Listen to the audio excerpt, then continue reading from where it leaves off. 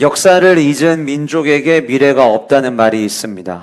짧은 문장이지만 참 깊은 뜻이 담겨져 있다고 생각을 합니다. 어느 민족이든 역사는 존재하게 되어 있고 모든 민족마다 역사 속에서 잊지 말아야 될 역사들은 존재한다는 이야기죠. 그리고 그 역사를 기억할 때 보다 나은 미래를 우리는 나아갈 수 있다라고 하는 의미가 이 짧은 문장 안에 담겨져 있습니다.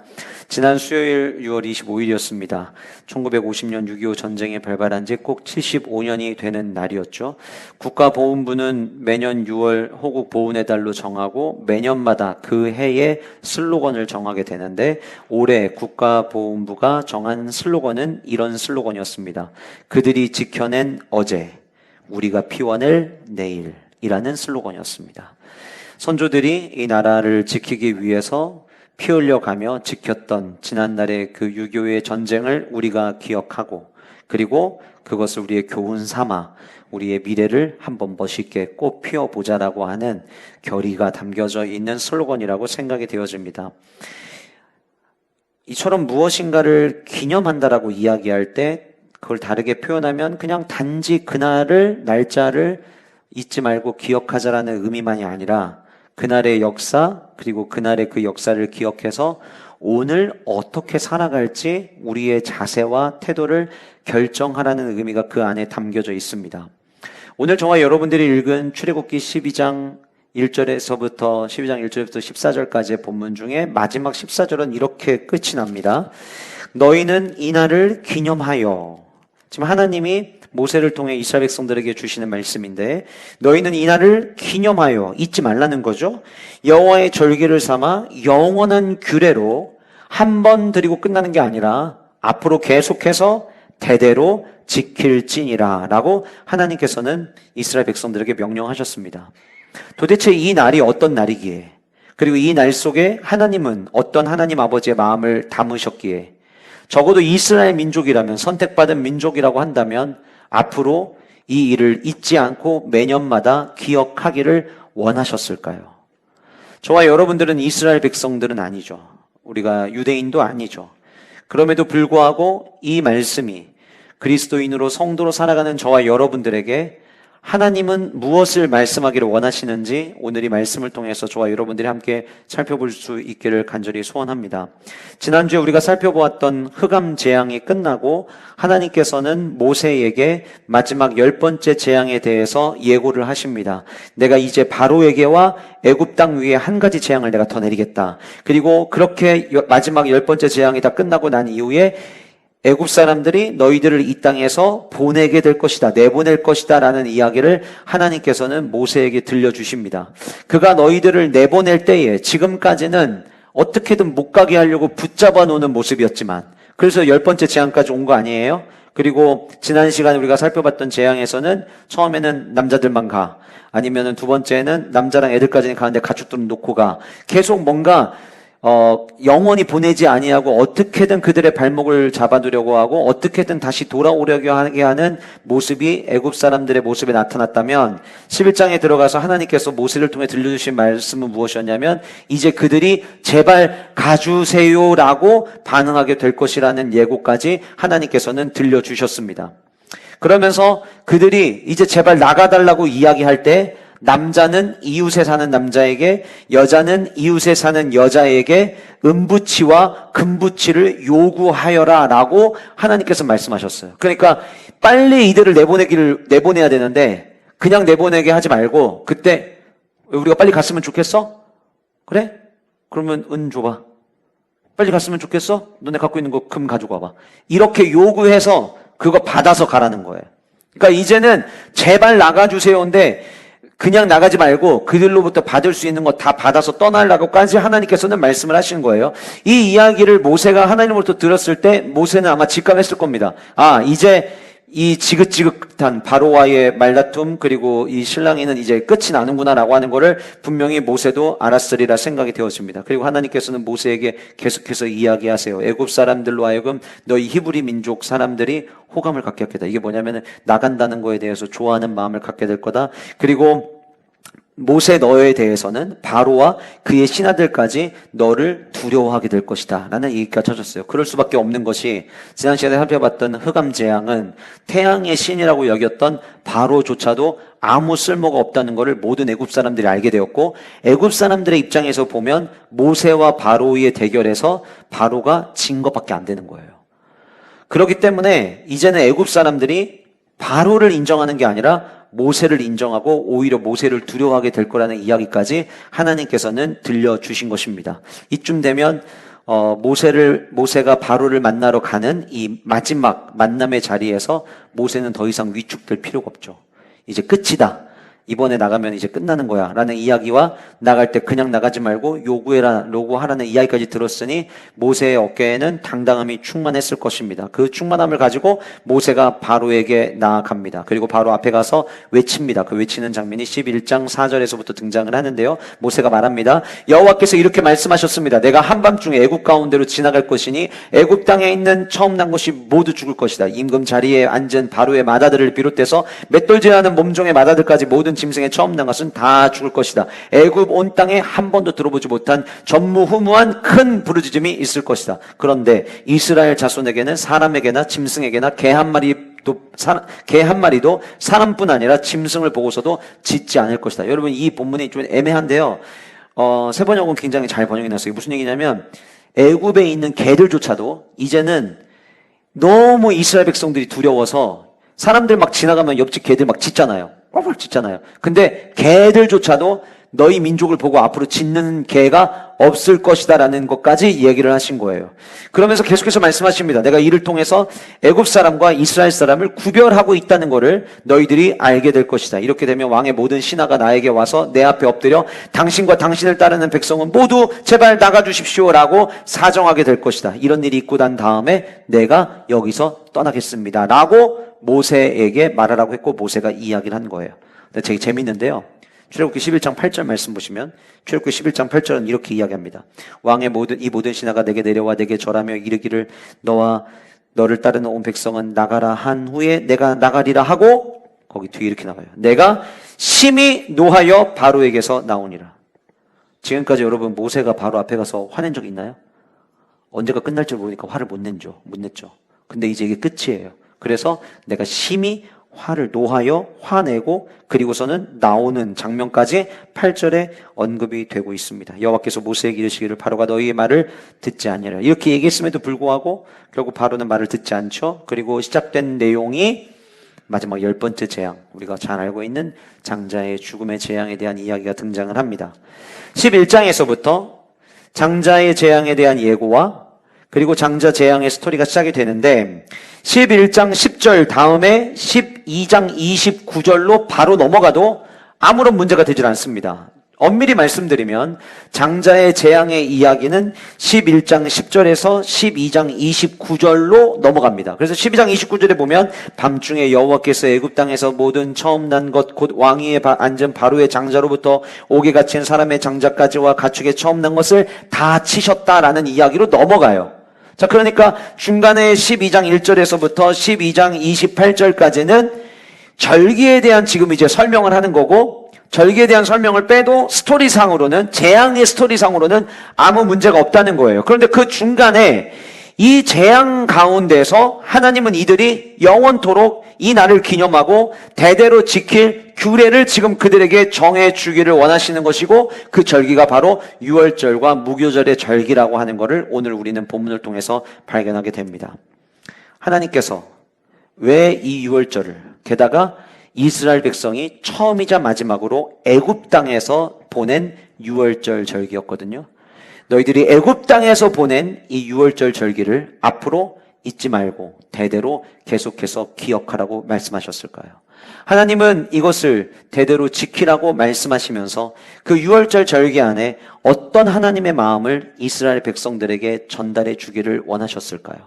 우리는 흔히 출애굽의 사건을 종노릇하던 그들이 예배자로 변화된 사건을 우리의 삶에 빗대어 보면서 우리가 예수 그리스도를 믿기 전에 죄로 죽었던 우리였고 죄의 종노릇하던 저와 여러분들이었고 불의의 아들들이었는데 예수 그리스도의 보혈로 우리가 구원을 받은 자의 모습으로 우리는 연결시켜서 자주 이야기를 합니다. 그렇다고 한다면 유월절 절기는 성도가 구원받고 난 이후에 예수 그리스도의 보혈로 말미암아 구원받은 성도로 살아가는 삶의 모습일 것이고, 예수님을 믿게 됐을 때 우리의 삶 가운데 나타나는 첫 번째 신앙생활의 모습은 예배한다는 것이거든요. 그렇다면 오늘 이 말씀이 단순히 유월절 절기를 이야기를 하는 게 아니라 그 유월절 절기 안에 담겨져 있는 그 하나님의 마음을 우리가 알아서 오늘 또 우리는 예배하고 다음 주도 우리는 예배해야 되는데, 이 예배할 때마다 우리가 잊지 말아야 될 하나님 아버지의 마음은 무엇인지 오늘 이 본문을 통해서 여러분들과 함께 나눠보려고 합니다. 첫 번째로 하나님이 원하셨던 유월절 절기 안에 담고 싶었던 하나님 아버지의 마음은 이제부터 너희들은 예배 공동체로 시작하라는 거였어요. 예배 공동체로 시작하라. 드라마나 영화를 보면은요, 종종 이제 이렇게 러브스토리가 나올 때 남자 주인공, 여자 주인공이 오랫동안 좋아하는 마음을 내 안에 그냥 이렇게 담고 있어요. 그리고 우리가 요즘에 흔히 이야기하자 썸 탄다고 막 이렇게 사귀자 이건 아닌데 누가 봐도 쟤네 둘이 좋아하는 것 같아요.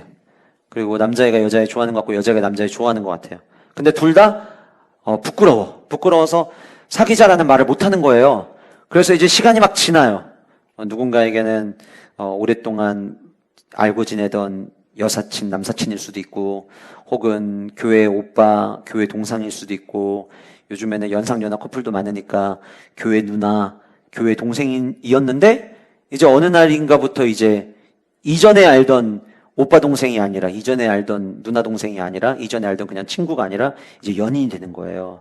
이럴 때 이제 드라마나 영화 속에서 종종 나오는 소재가 이제 이런 거예요. 둘 중에 하나가 부끄러운 거 아는데 막 오글거려서 말 못하겠는데 이제는 뭔가 얘도 그렇고 나도 그렇고 연애만 이렇게 썸만 타게는 이제는 그 사이가 아닌 것 같아요. 그래서 이렇게 툭 던져봤어요. 사귈 의사가 있는지. 근데 딱 던져보니까 얘도 사귈 의사가 있는 거예요. 그래서 이제 둘 중에 한 사람이 용기를 갖고 부끄러운 마음은 잠시 그냥 저 뒤에다가 묻어두고 이렇게 이야기를 꺼냅니다. 그럼 이제 오늘부터 너하고 나하고 1일이야? 너무 구시대에만 연애들을 해보셔서 이런 연애를 한 번도 안 해보셨죠? 그러면 이제 그날은, 그전에는 서로 알고 지냈는데 이제 오늘부터는 연인으로 사귀는 관계로 첫날을 시작을 하는 거예요. 그렇게 해서 사람들이 전부 다 100일, 500일, 1000일, 이런 기념일을 따지기 시작을 하고, 민감한 이제 그 교제하는 상대가 있을 때 그 100일 놓쳤다가 위기를 만나는 경우들도 우리는 마주하게 됩니다. 제가 이렇게 카카오톡으로 가끔 우리 성도님들에게 연락할 일이 있어가지고 이제 성도님들 이름을 검색해 보면 종종 결혼하신 분들은 그 위에 아내와 결혼한 지 며칠 됐는지, 그리고 첫째 아이를 낳은 지 며칠 됐는지, 둘째 아이를 낳은 지는 며칠 됐는지를 쭉 남겨놓으세요. 그게 무슨 의미예요? 내가 이 사람을 만나서 결혼한 이후에 내 삶에 이 자체가 나에게는 변화가 있었다. 첫째 아이를 낳고 나니까 또 내 삶에 변화가 있었다. 저도 오늘 되게 의미 있는 날이거든요. 오늘이 제가 저희 아내와 결혼한 지 정확히 5000일 되는 날이에요. 여러분들 중에는 이제 5000일 살고 뭘 그걸 생색내냐고 하시는 분들 계실지 모르겠지만 저에게는 그 5000일은 너무 의미 있고 소중한 날들이었어요. 이처럼 오늘부터 우리 1일이야, 그 비슷한 표현을 제일 먼저 사용하신 분이 누구냐면 우리 하나님이셨어요. 우리 하나님이 12장 2절에 이렇게 말씀하십니다. 이 달을 너희에게 달의 시작 곧 해의 첫 달이 되게 하고, 이렇게 말씀하셨어요. 지금까지 이들은 애굽의 태양력을 기준으로 시간에 맞춰서 살아왔어요. 그동안에 그들의 모든 삶의 스케줄은 애굽의 종으로서 애굽이 우리에게 맡기는 일, 시키는 일을 해야 되는 스케줄과 시간표 속에 그들은 살아왔어요.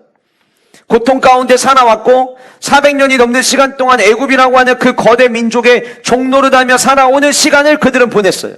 대한민국에게 많은 날짜들이 굉장히 의미 있지만 대한민국 국민에게 또 잊을 수 없는 날을 만약에 이야기하라고 한다면 광복절이죠.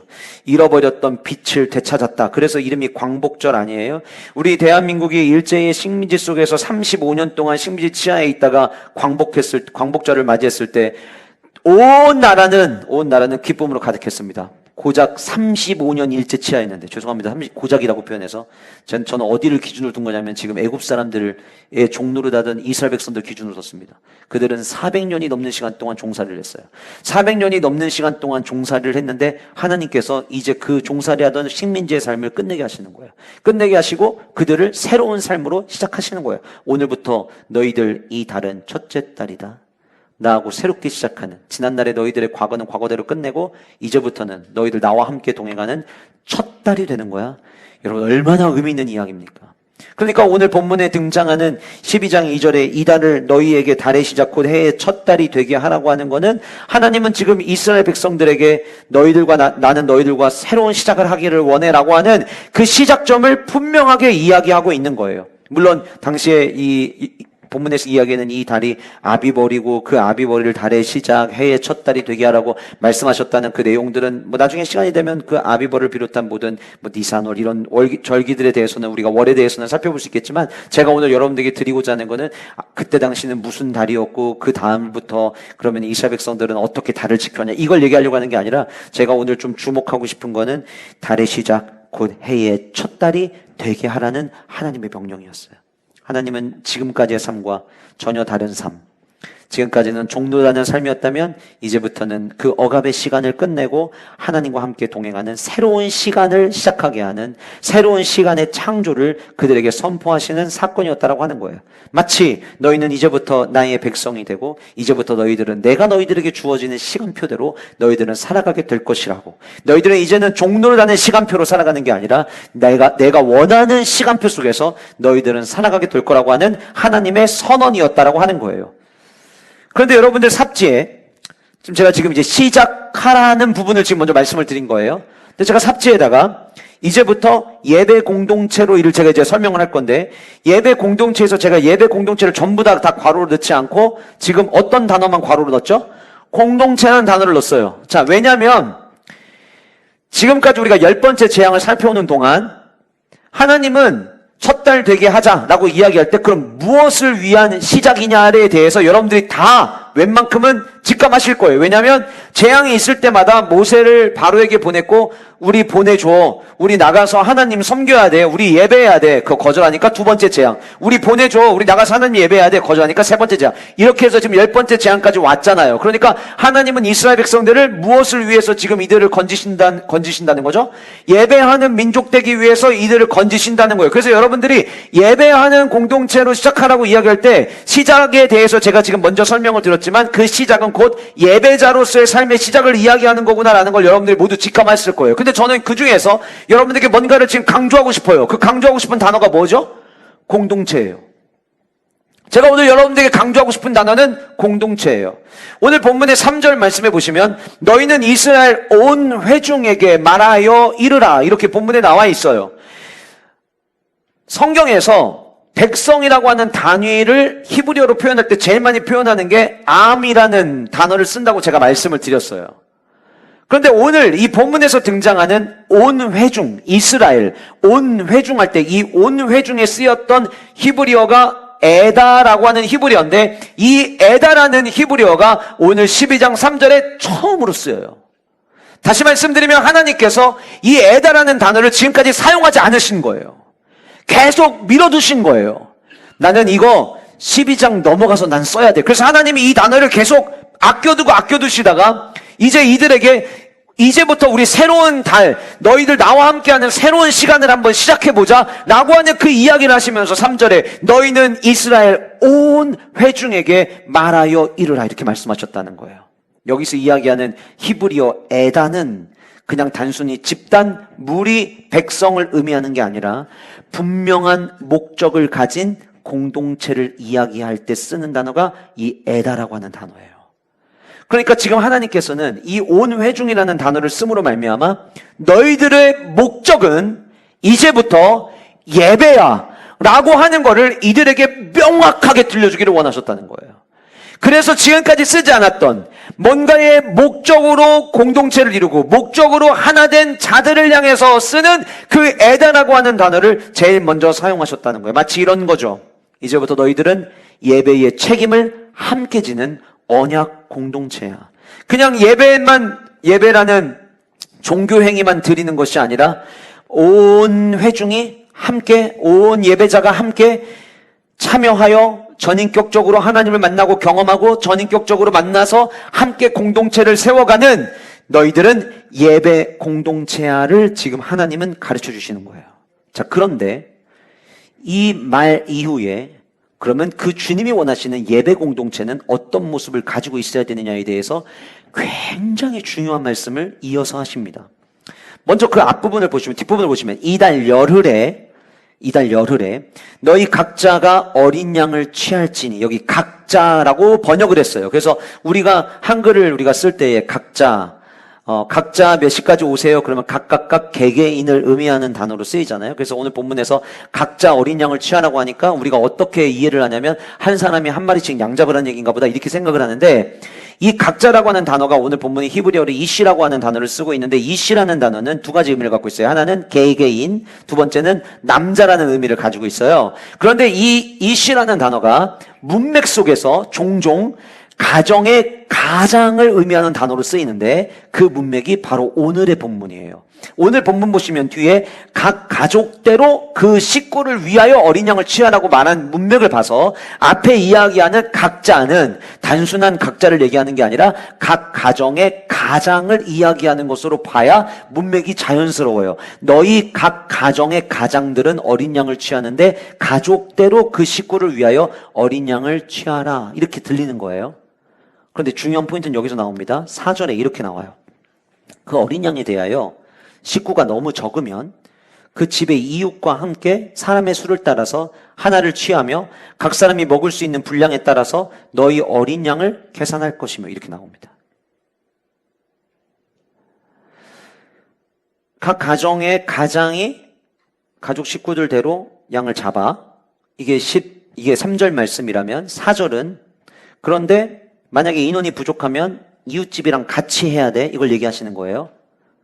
그러면 여러분, 4절에 주님이 4절에서 이 말씀을 주시는 하나님 아버지의 마음의 목적이 뭐였냐라고 물을 때, 먹는 거 난 남기는 거 되게 싫어한다, 먹는 거 남기지 마, 니네 먹는 거 남기면 5,000원씩 받을 거야, 그런 의미가 아닌 거예요.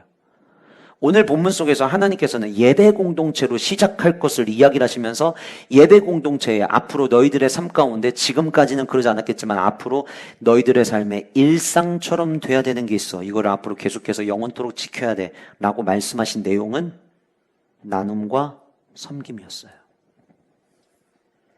오늘 본문에 어린 양에 대하여 식구가 너무 적으면 그 집의 이웃과 함께라고 이야기를 합니다. 당시에 1년 수컷된 양을 도축했을 때 식용할 수 있는 고기의 양이 약 15kg 내외였다고 합니다. 그리고 물론 이제 여러분들이 고깃집 가시면 고기 1인분에 몇 그램 하죠, 여러분?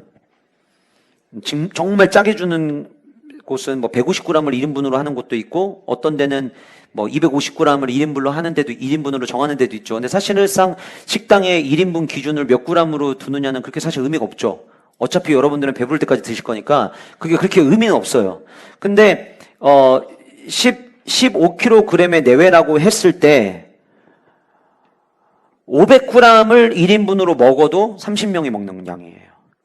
그런데 이제 탈무드와 미시나에 남겨져 있는 기록에 따르면 한 마리 어린 양으로 대략 10명에서 많이 먹을 때에는 20명 정도까지 그 한 마리 양의 식사에 참여할 수 있다라는 기록이 있더라고요. 그러니까 한 가족이 20명까지 되는 경우도 있을 수 있죠. 할아버지 할머니 생존해 계시고, 그리고 자녀들이 있고, 자녀들이 만약에 결혼을 했는데 결혼한 가정들이 만약에 같이 모여서 식사한다면 20명이 될 수도 있겠죠. 그런데 본문에서 4절에 어린 양에 대하여 식구가 너무 적으면이라고 아예 하나님께서 이 규례를 넣으셨다는 것은 양 한 마리를 잡아도 온 식구가 먹지 못하는 적은 숫자의 가족들이 그때 당시 상당수 있었다는 것을 우리는 추측해 볼 수 있어요. 그런데 여러분, 지금 이 식사는 나중에 뒤에서 살펴보겠지만 불을 지펴야 되고, 그리고 양 한 마리를 통째로 구워야 됩니다.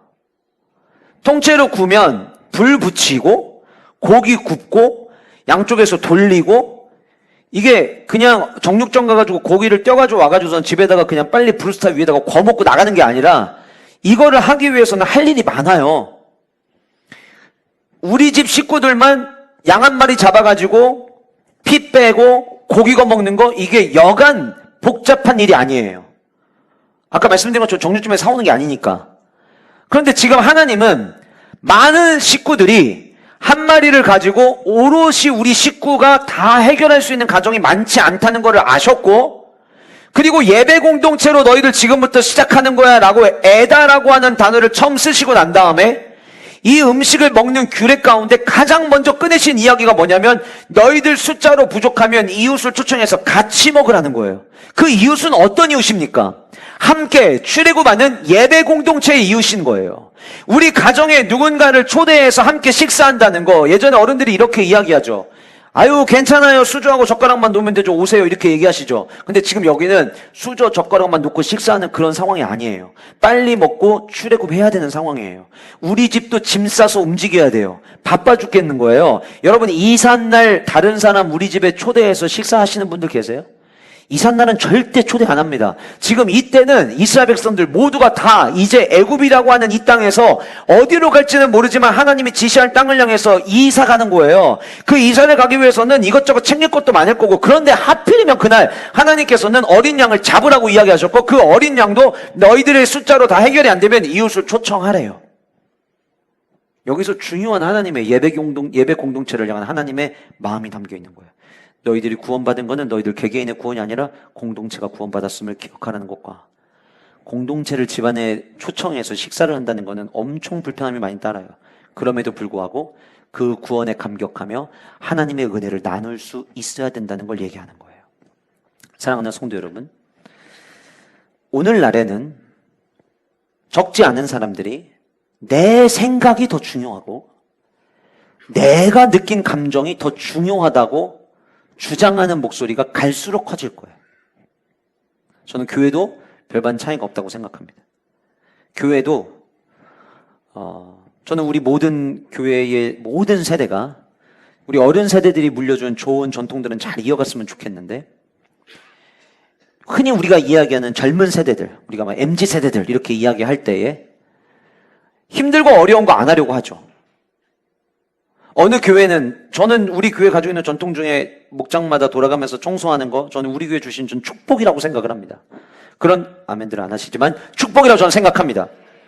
그런데 어느 교회들은 왜 우리가 나와서 청소해야 되냐고, 우리가 드린 헌금으로 사람 사가지고 용역에다 맡기자고 이야기하는 교회들이 대한민국 교회의, 죄송하지만 절반 이상입니다. 절반 이상이에요. 네, 리액션까지 해주셔서 감사합니다. 대부분 그래요, 여러분. 대부분 지금. 왜 그러는 거예요? 왜 그런 목소리들이 그럼 커지는 거죠? 내가 중요한 거예요. 나 힘든 거 쉬는 거예요. 그리고 나눔을 할 때에도 남들이 내 얘기에 어떤 생각을 가질까는 별로 중요하지 않고 내 생각만 그냥 주입시키고 싶은 모습들이 종종 드러나요. 그런데 하나님은 예배 공동체는 그러면 안 된다고 지금 이야기하시는 거예요. 여러분, 제가 작년 연말에 올해 사역을 계획하면서 주일 첫째 주부터 마지막 주까지 제가 성대 치료하는 날을 빼고는 설교 계획을 쭉 세웠거든요. 그 계획대로라면 지금 그 계획대로 오늘 이 본문은 13째 주, 13주 차에 설교해야 돼요. 그런데 설교 말씀을 전하고 본문 묵상을 하다 보니까 여기서도 이 말씀을 예배와 관련돼서 전해야 되겠구나. 그래서 전하다 보니까 오늘 벌써 올해 전반기 마지막 예배인 26번째 예배를 마주하고 있는데 아직도 우리는 출애굽기 12장에 있어요.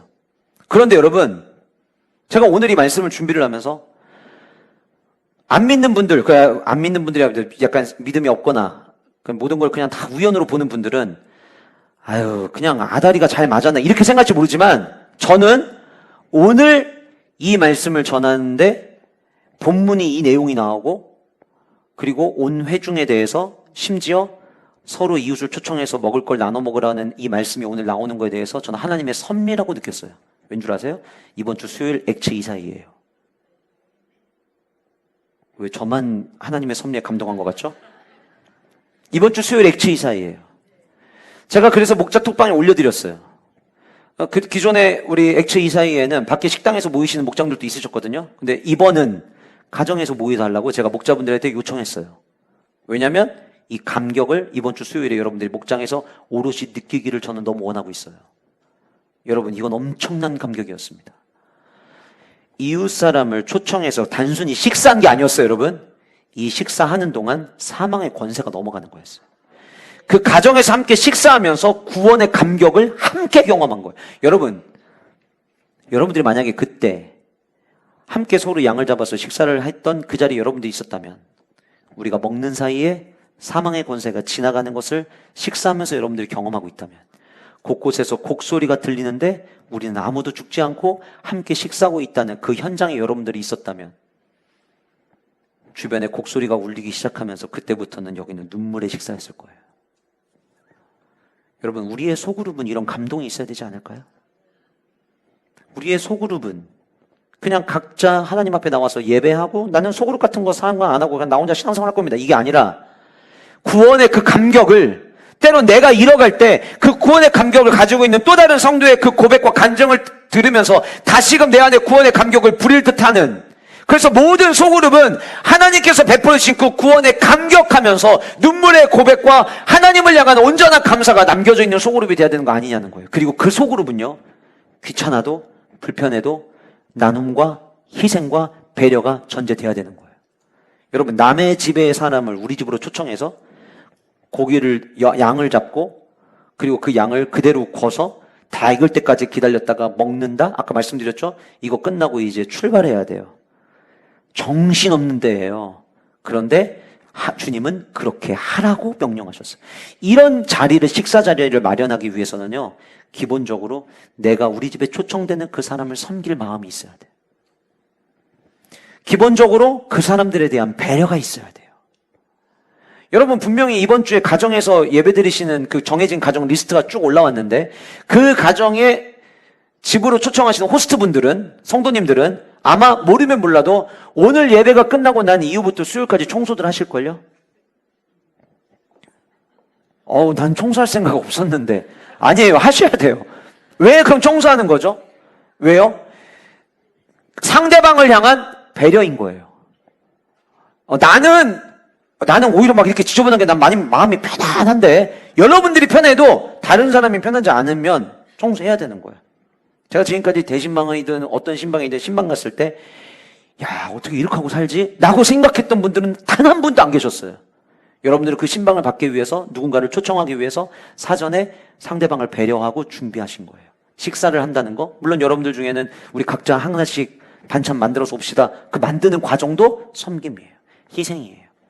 하나님께서 이스라엘 백성들 중에 적지 않은 사람들이 한 마리 잡아서 한 가족이 전부 다 해결하지 못한다는 걸 알고 어린 양 대부분 어린 양에 대하여 식구가 적으면 집에 이웃 사람들 데리고 와서 함께 먹으라고 이야기했어요. 함께 먹으며 함께 구원의 감격을 나누라는 주님의 말씀이었어요. 저는 우리 교회 소그룹이 단순히 모여서 교제하고 끝나는, 이번 주는 식사하면서 집에서 모이는 거니까 삽지 다 덮어두고 밥만 먹고 갑시다, 그게 아니라 식사하고 난 이후에 이 말씀에 나눔을 하면서 여러분들 안에 나를 구원하셨던 주님에 대한 그 감격이 여러분들 목장에서 가득 충만해지는 은혜가 이번 주 수요일 액츠 이사이의 그 시간에 각 가정에서 일어나기를 주님의 이름으로 축복합니다.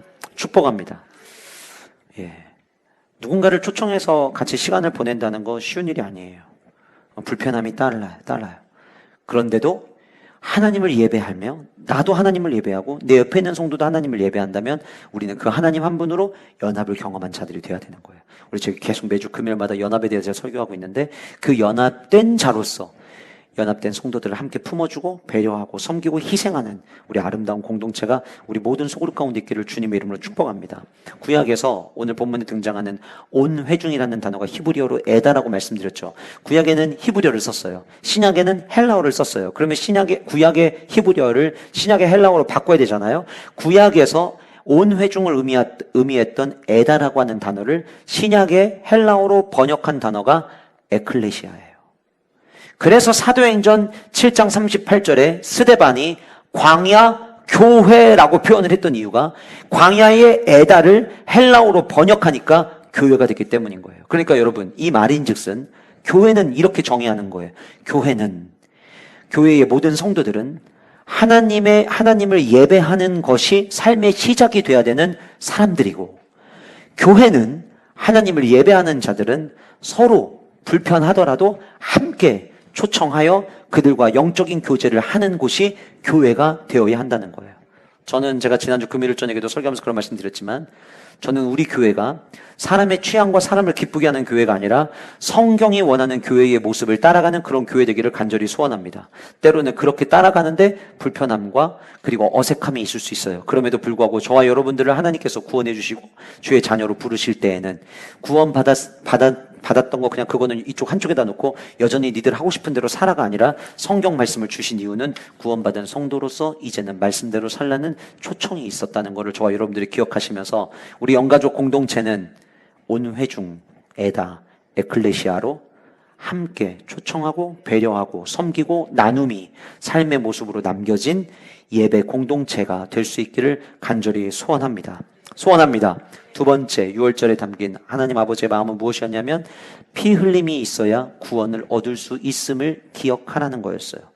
매번 너희들이 대대로 이 규례를 지키라고 명령하셨던 거는, 너희들이 살 수 있는 거는 너희들이 뭔가의 의로움을 행해서가 아니라, 너희들이 잘해서가 아니라, 너희들의 행위 때문에가 아니라 바로 이 어린 양의 피 때문이라고 하는 거를 반드시 하나님은 기억하기를 원하셨다라고 하는 거예요. 5절 말씀에 너희 어린 양은 흠없고 1년 된 수컷으로 하되 양이나 염소 중에서 취하고, 6절 이달 열 나은 날까지 간직하였다. 그러니까 앞에서 아까 여러분들 우리가 3절 말씀 봤는데, 그 3절에 너희는 이스라엘 온 회중에게 말하여 이르라 이달 열흘에 이렇게 이야기했잖아요. 그러니까 열흘에 어떤 양을 잡아서 피를 바를 건지 양을 먼저 정해요. 그리고 그 양을 집 안으로 데리고 오는 거예요.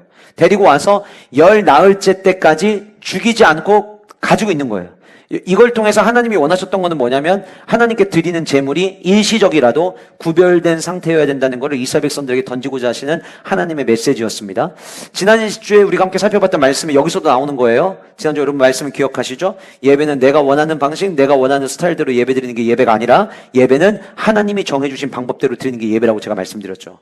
그냥 여러분 집 안에다가 양을 데리고 와서 있는다는 거, 뭐 지금처럼 반려견, 반려묘 이런 개념이 아니잖아요. 얘는 원래 밖에서 그냥 있는 거고 밖에서 똥 싸는 거잖아요. 근데 그거를 집 안에 데리고 와서 보관하는 거예요. 이거 쉬운 일 아니에요.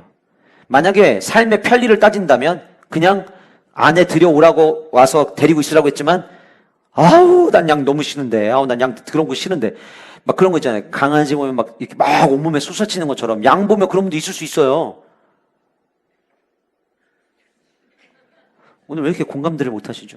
있을 수 있어요. 가축 보면은 막 힘들어하는 분들이 있을 수 있어요. 곤충, 꼭 바퀴벌레가 아니더라도 곤충만 보면 막 이러는 분들이 있는 것처럼, 야, 어떻게 양이랑 같이 집에 있어? 이렇게 하는 분도 있을 수 있다니까요. 그런데 그거 싫어도 하나님이 그렇게 하라고 하면 해야 되는 거예요. 하나님께 드리는 제사는, 하나님께 드리는 예배는 내가 원하는 방식대로 정하는 게 아니에요. 하나님께 드리는 예배는 하나님이 기준이 돼야 된다는 것을 오늘 또 계속해서 말씀해 주고 계시다는 거예요. 그래서 열 나흘째까지 간직하다가 해질 때에 이스라엘 회중, 여기 다시 한번 에다라는 단어가 다시 한번 나옵니다. 또 기억하게 하시는 거예요. 니네 이제부터 예배를 목적으로 시작되는, 새롭게 시작하는 공동체라는 걸 잊지 말아라. 그러면서 양을 잡고 7절에 이렇게 말씀하십니다. 그 피를 양을 먹을 집 좌우 문설주와 인방 기둥에 바로 이렇게 나와요. 그러니까 좌우 문설주, 좌우 기둥, 그 다음에 그 기둥 위에 올려놓은 가로 나무 기둥 하나죠. 거기다가 이제 뒤에 보면은 나중에 이제 6월절 절기돼서 정확히 나오면 우슬초에 그 양의 피를 가지고 뿌리는 거죠. 여기 오늘 본문에는 바른다라고 돼 있는데, 바르는 개념은 약간 붓 같은 개념이고, 우슬초 나무를 묶어가지고 그걸로 이렇게 붓질하는 게 아니라 이렇게 뿌리는 거예요. 그런 개념으로 지금 이야기를 하시는 거예요. 자, 문이 뭐죠, 여러분? 여러분들 집에 현관문 있죠? 그 문은 뭡니까? 여러분들이 바깥에서 막 나쁜 사람이 쫓아와도 문 안에 딱 들어가는 순간, 다행이다, 이렇게 하시죠. 문은 밖과 안의 경계를 의미합니다. 그러니까 지금 하나님께서는 문설주에다가 피를 바르라고 이야기할 때, 지금부터 이 문이 삶과 사느냐와 죽느냐의 경계가 될 것이라고 하는 것을 이야기하시는 거고, 그리고 사느냐와 죽느냐의 그 경계에는 어린 양의 피가 있느냐 없느냐가 기준이 될 거라는 것을 말씀해 주십니다. 여러분, 이것이 마치 개업하시는 분들이, 안 믿는 분들이 개업할 때 들어오는 식당 입구 위에다가 노란색 종이에다가 빨간색으로 뭔가를 써가지고 붙여놓는 그런 미신적인 걸 얘기하는 게 아니에요. 물론 이때 당시 이들은 왜 이렇게 하는지 몰라요. 근데 시간이 지나서 레위기 17장 11절에 보면 이런 말씀이 있습니다.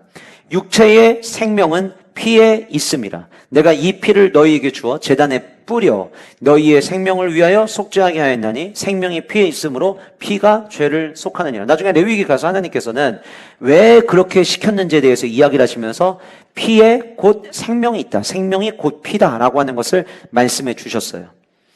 그 말씀의 경계선에서 지금 오늘 이 본문이 쭉 이어져 오면서 하나님께서는 문에다가 피를 뿌림으로 말미암아 너희들이 살아났을 때 그 산 것이 우리가 문 닫고 잘 숨어 있어서 산 게 아니라 이 밖에 발라놓은 보혈 때문에 애굽 전역에 사망의 권세가 지나갈 때 너희들은 그 사망의 권세가 건너뛰는, 패스오버되는, 그래서 우리가 6월절을 얘기하는 거잖아요. 패스오버되었다, 지나갔다. 그것을 너희들이 기억하라는 것을 하나님께서는 이스라엘 백성들이 기억하기를 원하셨던 거예요. 하나님은 이스라엘 백성들을 구별하여 보호하시고 이스라엘 백성들을 언약 백성 삼으셨다는 것을 너희들 계속 잊지 말고 기억하라는 거예요. 아까 말씀드렸던 것처럼 이웃과 초청해서 예배를 드릴 때에도 그 집이 우리가 초대해서 아니에요. 그 집에 현관에 바른, 문에 바른 그 피 때문이라고 하는 것을 함께 기억하기를 하나님은 원하셨다라고 하는 거예요. 신약에 보면 요한복음 10장 9절에 예수님께서 나는 문이라 라고 이야기하셨어요. 역시 마찬가지라고 저는 생각해요. 주님이 저와 여러분들의 문이 되어주셔서 우리가 주님 안에 들어갈 때에, 주님과 연합할 때에 우리는 생명의 은혜를 누릴 수가 있습니다. 그래서 우리에게 예수 그리스도와 연합하는 것이 굉장히 중요한 거겠죠. 이사야 53장 7절에 이사야 선지자는 우리를 구원하기 위해 오실 메시아에 대해서 예언을 하시면서 예수님을 어린 양에 비유하셨고요. 요한계시록에는 28번이나 예수님을 어린 양으로 표현하고 있습니다.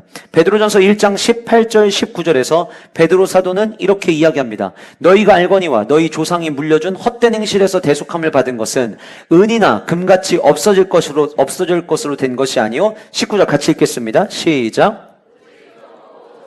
어린 양 같은 그리스도의 보배로운 피로 된 것이니라. 오직 흠 없고 점 없는 어린 양 같은 그리스도의 보배로운 피로 된 것이다. 우리의 존재가 어린 양의 피가 없이는 말할 수 없는 존재라고 하는 것을 이야기해 주고 있는 거예요. 그런데 보혈로 피를 뿌림으로 구원을 받았다라고 하는 너희들이 어린 양을 잡아서 그 피를 문설주와 임방에 뿌리면 사망의 권세가 패스오버 될 거다 라고 하는 정보가 이들을 살린 건 아니죠. 잘 들어보세요. 어린 양의 피를 문설주와 임방에 뿌리면 살 거라는 정보가 이들을 살린 게 아니라 어떻게 하면 사는지에 대한 정보를 듣고 이들은 이해할 수 없지만, 왜냐면 아까 말씀드린 것처럼 레위기, 생명이 피에 있다라고 하는 그 설명은 레위기잖아요. 뒤에잖아요. 출애굽기 이 사건 뒤에서 말씀해 주신 거잖아요. 그러니까 그 이야기를 듣기 전까지는 왜 피를 뿌려야 되는데 라는 거를 이들이 모르는 상황이에요. 우리는 출애굽기 12장에 이 어린 양의 피를 뿌리는 것이 신약시대에 오실 예수 그리스도 어린 양 예수 그리스도를 예표하는 것이다 라는 걸 우리는 알고 있지만 그때 당시 애굽에서 첫 번째 유월절을 보내야 됐던 이 이스라엘 백성들은 왜 피를 뿌리라는지 모른다고요. 그런데 그들은 정보는 지금 받았어요. 어떤 정보였어요? 어린 양을 잡아서 피를 뿌리면 사망 권세가 넘어간다는 정보는 받았어요. 근데 그 정보가 이스라엘 백성들을 살린 게 아니라 그 정보를 믿음으로 받고 행동으로 옮긴 것이 그들을 살렸다는 거예요.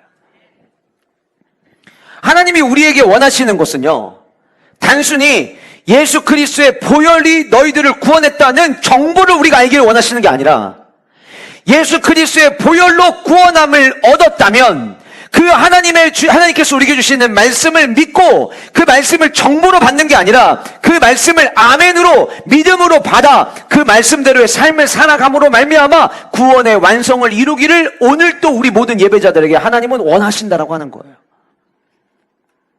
그런데 안타깝게도 너무 많은 설교의 홍수시대 속에서 수많은 설교가 아, 예배는 이런 거구나. 아, 하나님은 이러신 분이구나. 2주 전에는 하나님의 신론에 대한 부분을 배웠고, 아, 하나님이 원하시는 예배는 이런 거구나. 정보를 아는 데서 만약에 멈춰진다면, 예수 그리스도의 그 보혈이 정말 나를 구원하고 있느냐라고 질문했을 때, 아니요라고 대답할 분들이 어쩌면 더 많이 있을 수 있다는 거예요.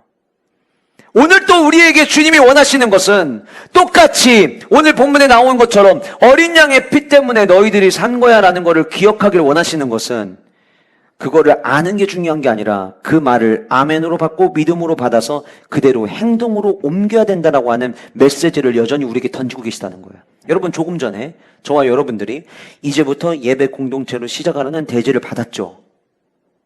그리고 예배 공동체로 시작하기 위해서는 내 마음의 문을 열고 나눔과 섬김과 배려를 통해서 함께 구원의 감격을 이루는 교회 공동체 그리고 소그룹을 우리는 꿈꿔야 된다는 걸 말씀을 드렸어요. 그런데도 내 마음속에 난 싫은데 라고 한다면 과연 구원에 대한 정보는 알고 있지만 그 구원의 삶을 살아간다고 말할 수 있느냐라고 하는 거예요. 제가 지금 매주 금요일마다 연합에 대한 설교를 하고 있는데 2주 전에는 우리의 존재가 입양된 존재라고 하는 것 때문에 성도님들이 말씀 듣고 기도하시면서 많이들 우셨어요.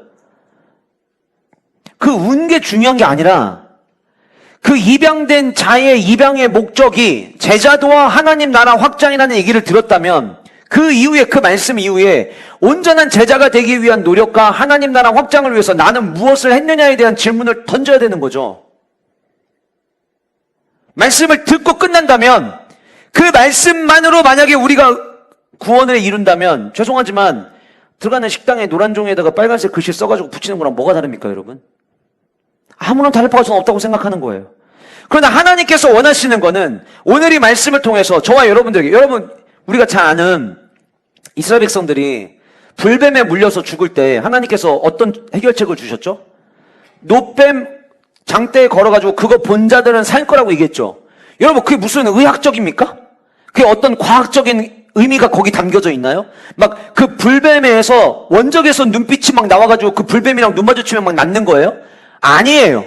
하나님은 그걸 통해서 뭘 테스트하기를 원하셨냐면 말도 안 되는 방법이라 할지라도 하나님의 말씀이면 순종을 하는지를 보기를 원하시는 거예요. 다시 말씀드리면 장대에 매달린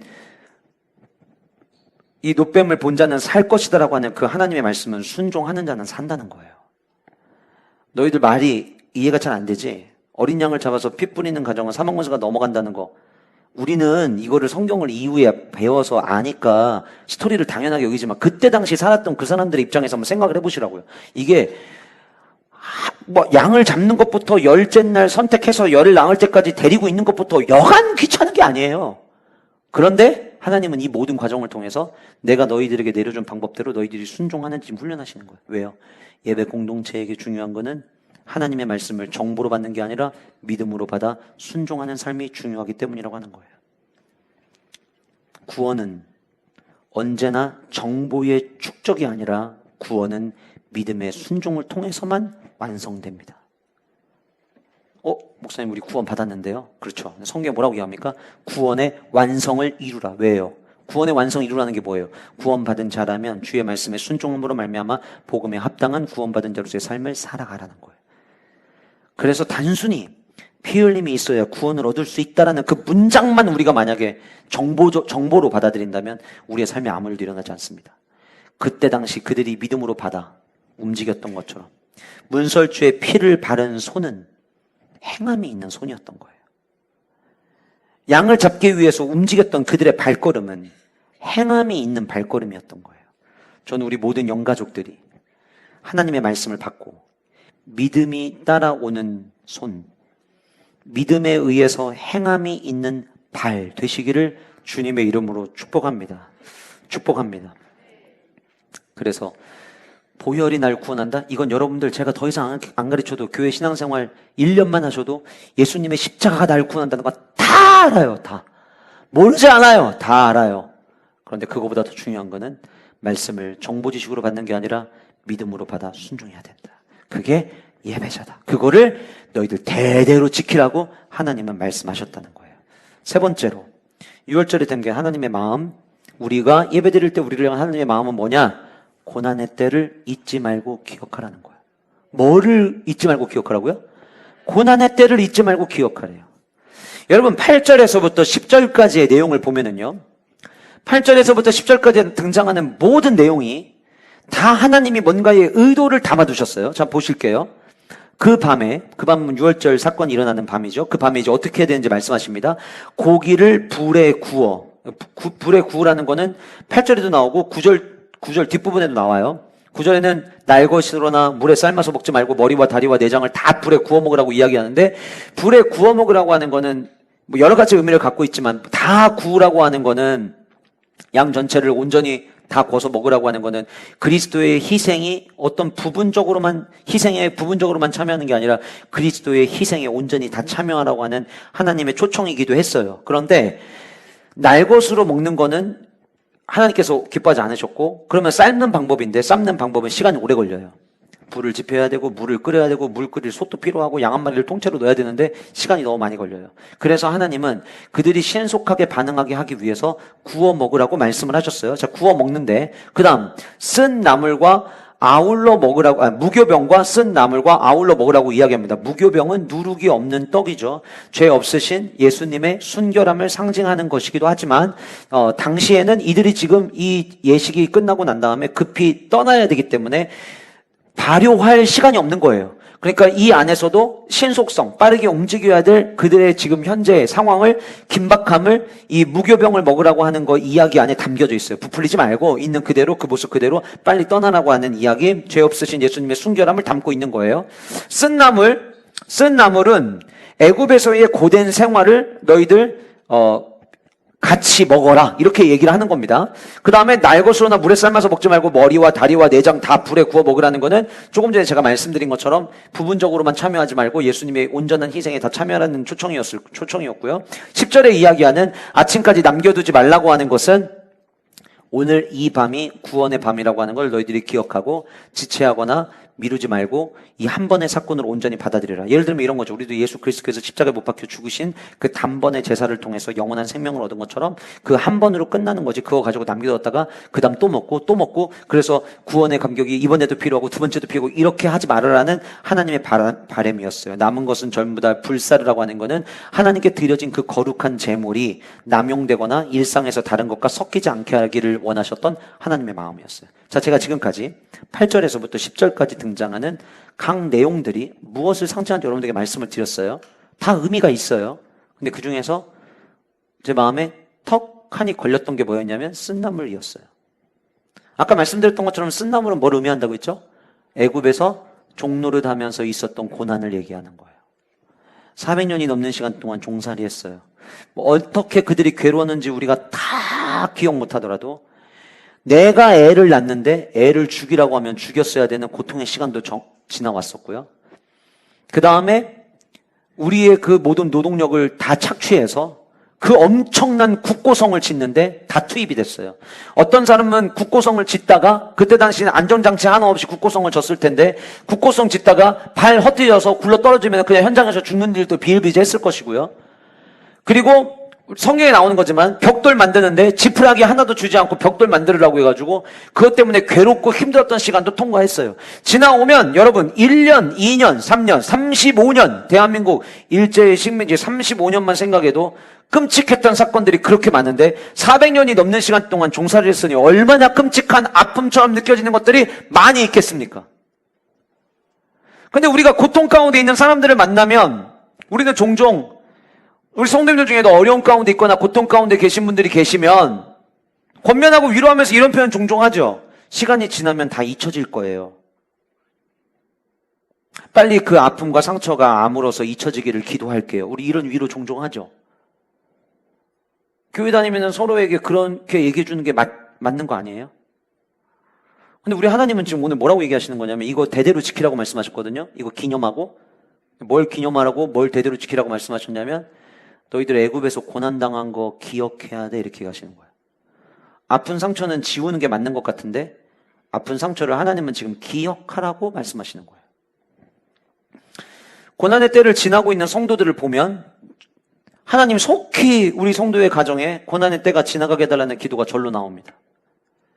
그리고 하나님께서 그 기도를 불쌍히 여기셔서 고난의 때를 지나가게 하는 그 과정을 목격하게 되면 성도 못지않게 저도 너무 하나님께 감사의 고백을 올리게 됩니다. 진짜 그야말로 무한 감사하게 되죠. 그런데 머지않아 때때로는 그렇게 그 성도에게 고난이 지나가게 해달라고 기도를 했었는데, 그리고 그 고난이 지나갈 때 누구보다 기뻐하고 감사하다고 하나님께 고백을 했는데, 때때로는 그 고난이 지나간 성도의 모습을 바라보면서 하나님, 저 성도가 고난의 때를 잊지 않게 해달라고 기도하게 될 때도 있어요. 제가 담임사역 해보니까 그렇더라고요. 오늘 본문 속에 이 내용을 제가 묵상을 하면서 고난은 지나가야 하는 것이고, 그리고 하나님은 그 고난의 때가 지나가도록 도와주시는데, 오늘 이 말씀을 통해서 우리가 기억해야 되는 것은 무엇이냐면, 그러나 고난의 때에 베풀어 주신 은혜마저 잊어버리면 안 된다는 거예요.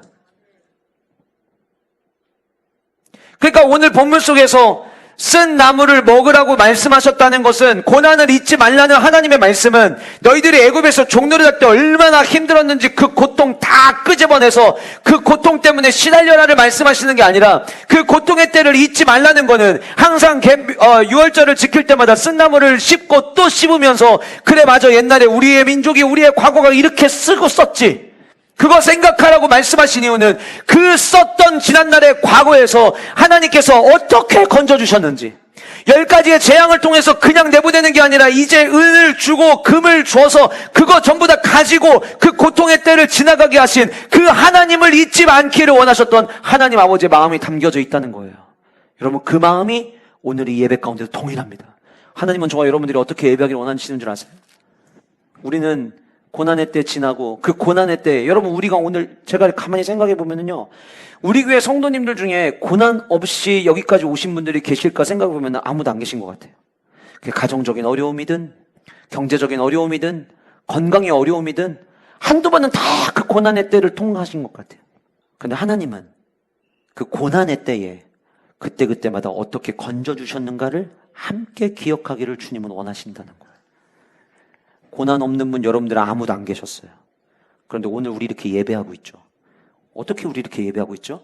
그 고난의 때에서 건져주신 하나님의 은혜가 있었기 때문인 거예요. 하나님은 유월절 절기를 지킬 때마다 쓴 나무를 계속 먹으라고 말씀하셨던 거는 잊지 말고, 내가 너희들에게 베풀어준 그 하나님의 은혜를 잊지 말고 예배하기를 하나님은 원하셨다는 거예요. 신명기 6장 12절에 하나님께서는 모세를 통해서 이렇게 말씀하셨습니다. 너는 애굽 땅, 그 애굽 땅이 어떤 땅이냐? 종되었던 집. 무슨 말이에요? 고난에 있었던 곳, 아픔이 있었던 곳.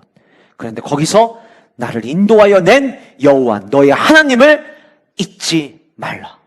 이게 모세가 이스라엘 백성들에게 마지막 가나안 땅 들어가기 전에 그들에게 설교하면서 그들에게 던졌던 메시지 중에 하나였어요. 하나님이 너희들을 고난의 땅, 그 애굽에서 종되었던 곳에서 건져낸 그 하나님 여호와를 잊지 말라. 그런데 여러분, 사람은요 왜 이렇게 쉽게 잊는지 몰라요.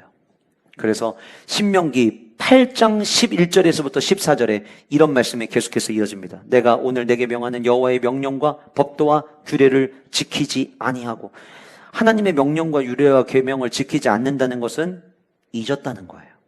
잊었다는 거예요. 지키지 아니하고 내 하나님 여호와를 잊어버리지 않도록 삼갈지어다. 내가 먹어서 배부르고 아름다운 집을 짓고 거주하게 되며, 이거 다 하나님의 은혜 때문에 지금 이루어진 일들이라는 거죠. 또 내 소와 양이 번성하며, 애굽에서 처음에 나올 때 주변의 이웃으로부터 받아왔던 그 은금이 증식되어 내 소유가 다 풍부하게 될 때에, 14절 같이 읽겠습니다. 시작. 내 마음이 교만하여 내 하나님 여호와를 잊어버릴까 염려하노라. 그 고난의 때가 없었던 게 아니에요.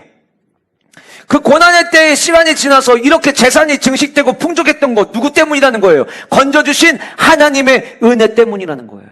그런데 많은 사람들이 그 고난의 때 자꾸 잊어버리려고 하면서 고난의 때에 베풀어 주신 하나님의 은혜까지 같이 묶어서 잊어버리려고 한다면 우리는 하나님 앞에 온전한 예배 드릴 수 없습니다. 예배에는 감사가 있어야 됩니다. 예배에 감사가 있게 하려면 하나님의 은혜를 기억해야만 한다는 거예요. 사랑하는 성도 여러분, 사람은 쉽게 잊고 쉽게 교만해집니다. 고난을 잊으면 은혜를 당연히 여기고 지금의 삶을 오히려 자랑하게 됩니다.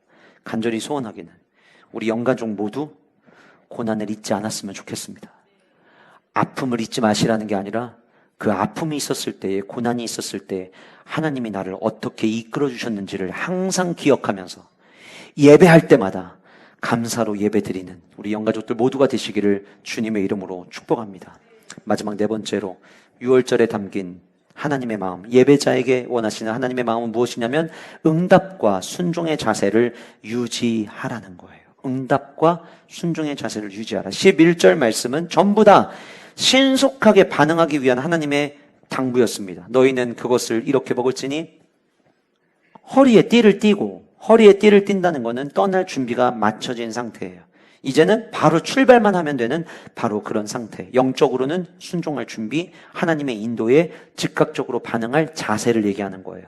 그 다음에 뭐라고 이야기합니까? 발에 신을 신고. 우리가 밖에 나갈 때 신발 신죠. 출발할 때 신발 신죠. 나가기 1시간 전, 2시간 전에 신발 안 신죠. 그런데 오늘 본문에 발에 신을 신으라는 거는 이제 곧 출발하게 될 거니까 당장 출발할 수 있도록 모든 준비를 다 마치라는 거예요. 신발을 신는다는 거는, 내가 집에서 신발을 신는다는 거는 나 이제 나갈 거야 라고 하는 확신의 표현이에요. 마찬가지로 발에서 신을 신으라고 하는 거는 이 길고 험한 여정을 감내하겠다는 결단을 이제 해야 된다고 하나님은 이스라엘 백성들에게 말씀하시는 거죠. 그 다음 뭐라고 말씀하셨냐면 손에 지팡이를 잡고 먹으래요. 여러분, 뭔가를 먹을 때 지팡이를 잡고 먹는 게 편합니까? 놓고 먹는 게 편합니까? 당연히 놓고 먹는 게 편하죠. 지팡이 잡고 먹으면 한 손으로 먹든지 아니면은 두 손으로 먹긴 먹는데 어정쩡하게 먹어야 되는 상황이에요. 그럼에도 불구하고 지팡이를 잡고 먹으라고 하는 거는 이제 이동하면서 너희들이 넘어지지 않도록 붙잡아야 된, 그러니까 지금 앞에 11절 허리에 띠를 띠고 발에 신을 신고 손에 지팡이를 잡고는 당장 출발할 준비를 마무리하라는 거예요. 가라! 명령하실 때 응답할, 순종할 자세를 예배자들은 날마다 연습해 있어야 된다. 여러분 오늘 예배에 나오셨죠? 예배 나오실 때 여러분들 마음속으로 주님 은혜 받고 싶습니다라는 마음으로 오셨죠? 더 정확하게 이야기하면요, 은혜 받고 싶습니다의 마음보다 더 중요한 마음이 순종하겠습니다의 마음이 더 중요한 거예요. 예배는 제가 지난주에 말씀드렸죠. 뭔가를 받으러 오는 자리가 아니라 드리러 오는 자리. 뭘 드리는 거예요? 순종할 마음을 드리는 거예요. 그래서 예배할 때마다 주님 저 오늘 또 은혜가 필요합니다. 여러분 어떤 의미로 그 말씀하시는지 제가 모르는 거 아니에요. 알아요. 그런데 은혜 받고 돌아가게 해주세요 보다 주님 순종할 것 찾고 돌아가게 해주세요가 저와 여러분들에게 훨씬 더 중요한 거예요. 그런데 여기서 우리가 놓치지 말아야 될 굉장히 중요한 단어가 그 다음에 나와요. 손에 지팡이를 잡고 개역개정에는 급히 먹으라 이렇게 돼 있어요. 여기 급히라고 하는 단어가 들어갔어요. 제가 보기에는 허리에 띠를 띠고 발에 신을 신고 손에 지팡이를 잡으라는 이 모든 내용이 당장 뭔가 순종할 수 있는 준비를 마치라고 하는 뉘앙스이기 때문에 번역을 급히로 해놓은 것 같아요. 그런데 원래 이 급히라고 하는 히브리 원어의 의미는 어떤 의미를 갖고 있냐면 두려워한다는 의미를 갖고 있어요. 다시 말씀드리면 경외함이라는 의미를 갖고 있는 거예요. 이게 어떤 연관이 있을까요, 여러분? 하나님 말씀에 응답하고 즉각적으로 순종하는 자는 누가 순종하냐면 하나님을 향한 두려움을 가지고 있는 자가 순종하는 거예요. 자, 여러분, 지금 이 식사는 오예 400년 넘는 시간 동안 노예 생활했는데 노예 생활 끝났다. 이제 노예 생활 끝났네. 그래서 자, 우리 마지막 파티합시다. 그런 식사가 아니에요. 지금 이들이 진짜 이렇게 하는 거 맞아? 지금 우리가 하나님이 하라는 대로 하고 있는 거 맞아? 그렇게 하나하나 하고 있는데 밖에서는 지금 이제 여기저기서 곡소리가 나기 시작해요. 야, 너 왜 그래? 야, 너 왜 그래? 야, 이름을 막 부르면서 막 흔들어요. 얘기합니다. 여보, 빨리 와봐. 애가 숨을 안 쉬어. 그리고 나서 그 이야기가 외침이 있고 난 다음에 조금 뒤에 사람들이 막 모여서 막 붙잡고 얘기하는 거예요. 왜냐면 장자가 죽으니까. 만약에 밑에 동생들이 있으면, 형이면, 형 왜 그러는 거야? 형 왜 그래? 아니야, 이거 말도 안 돼. 정신 차려. 왜 그러는 거야? 근데 또 옆집에서 또 똑같은 소리가 들려요. 여보, 얘 왜 이래? 여보, 얘 왜 이래? 여보, 얘 어떻게 해야 되는 거야? 막 울먹이는 소리들이 곳곳에 들려요. 지금 그런 가운데 식사하고 있는 거예요. 맘 편하게 잔치하는 자리가 아니에요. 여러분, 예배는 시원한 곳에 와서 내가 원하는 대로 내가 듣고 싶은 말씀만 듣는 게 아니라 예배의 자리는 두려운 마음으로 들어야 되는 거예요. 여러분 누가 순종하는 줄 아세요? 하나님에 대한 경외심을 갖고 있는 분들이 순종합니다. 죄송하지만 하나님 알기를 우습게 알고 성경 알기를 우습게 아는 사람들 절대 하나님 말씀에 순종하지 못합니다. 하나님께서 오늘 이 말씀 가운데 급히 먹으라는 이 말은 두려움을 가지고 먹으라는 거예요. 너희들이 앞으로 유월절 절기를 지킬 때마다, 오늘로 치면 너희들이 앞으로 예배할 때마다, 제발 예배할 때마다 두려움을 좀 가지고 예배하라는 거예요. 여러분 하나님 두렵고 떨리십니까? 제가 자주 말씀드려요. 전 토요일 밤은 잠을 못 잡니다. 매일 주일 아침이면 저희 아내가 저에게 하는 첫 번째 인사가 어젯밤에는 잘 잤어? 이 인사예요. 주일을 앞둔 토요일 밤에는 잠을 못 잡니다. 잠이 들 법하면 정신이 말똥말똥해져서 기도합니다. 주님 내일 예배입니다. 주일 예배입니다. 주님 예배드리러 오는 우리 성도들 은혜 받아야 됩니다. 하나님 은혜 받고 돌아가게 해주세요. 말씀에 반응하게 해주세요. 그러다 또 조금 잠들 것 같으면 또 깹니다. 일어나 보면은 거의 평균적으로 토요일 밤에 많이 자면 2시간인 것 같아요. 왜 그러는 거예요? 설교에 노이로제 있어갖고서는 설교가 두려워서요? 아니요. 설교하면서 누구보다도 행복한 사람이 저예요. 말씀 전하는 이 자리가 누구보다도 사모하는 자리, 사랑하는 사람이 저예요. 근데 저는 왜 그러는 걸까요? 제가 여러분들에게 은혜 주는 게 아니라 하나님 은혜 주시는 거고, 저도 여러분들과 똑같이 하나님 앞에서 경배해야 될 예배자이기 때문이에요. 그런데 저는 설교를 듣는 여러분들이 두려운 게 아니라 우리 예배 가운데 함께 하시는 그 하나님이 두렵기 때문에. 예배를 드리는데 어찌 하나님에 대한 두려움 없이 예배를 드립니까?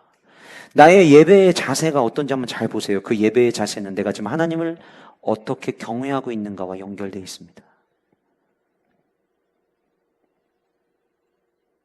종종 더워지면 슬리퍼 신고 오시고 다리 꼬고 앉으셔서 뒤에 등 기대고 한쪽 팔 올리고, 그거는 여러분 설교자에 대한 태도를 제가 말씀드리는 게 아니라 이 말씀 앞에 대한 나의 자세입니다. 하나님을 경외하면 절대 그럴 수 없습니다. 여러분들은 오늘 어떤 마음으로 예배하러 나오셨습니까? 하나님께서 말씀하셨어요. 12장 마지막 절에 너희는 이 날을 기념하여 여호와의 절기를 삼아 영원한 규례로 대대로 지킬지니라. 우리는 구원받은 성도로 오늘도 예배합니다. 저와 여러분들에게 필요한 것은 두려운 마음으로 먹는 게 필요한 거예요.